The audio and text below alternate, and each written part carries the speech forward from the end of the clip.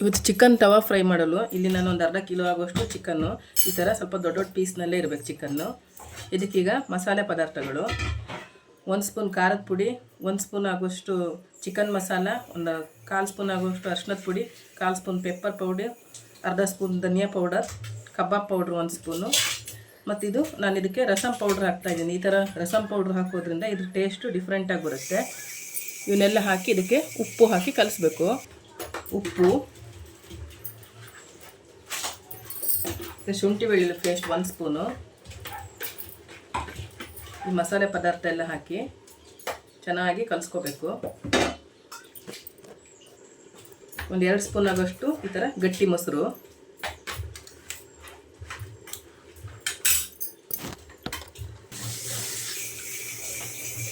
ಈ ಥರ ಎಲ್ಲ ಕಲಿಸಿ ಒಂದು ಅರ್ಧ ಗಂಟೆ ಇದ್ದು ಫ್ರಿಜ್ನಲ್ಲಿ ಇಡಬೇಕು ನಾವು.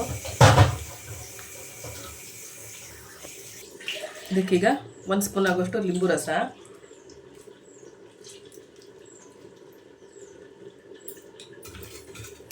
ಈ ಥರ ಚೆನ್ನಾಗಿ ಕಲಿಸಿ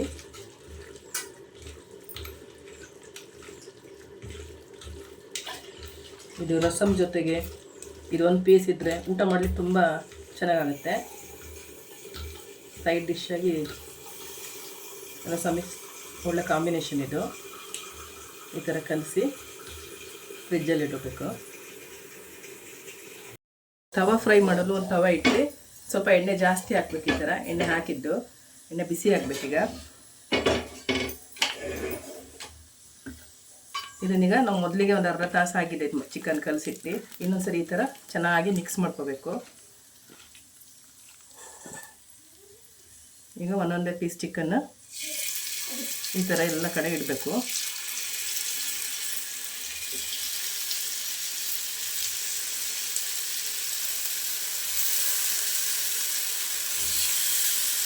ನಾವು ಇದನ್ನು ಸಣ್ಣ ಬೆಂಕಿಯಲ್ಲಿ ಮೀಡಿಯಮ್ ಬೆಂಕಿಯಲ್ಲಿ ಇಟ್ಟು ಫ್ರೈ ಮಾಡಬೇಕು. ಇಲ್ಲಾಂದರೆ ಚಿಕನ್ ಪೀಸು ಬೇಯಲ್ಲ ಇದರಲ್ಲಿ.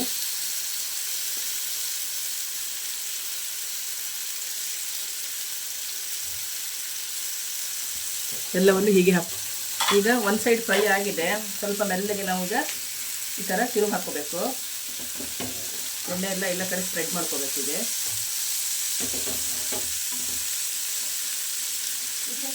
ಈಗ ಮೆಲ್ಲಗೆ ಒಂದೊಂದೇ ಈ ಥರ ತಿರ್ಸಾಕೊಳ್ತಾ ಇರಬೇಕು.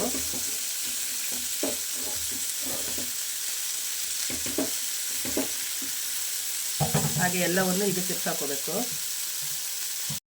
ಚಿಕನ್ ತವಾ ಫ್ರೈ ಈಗ ರೆಡಿಯಾಗಿದೆ ಇದು.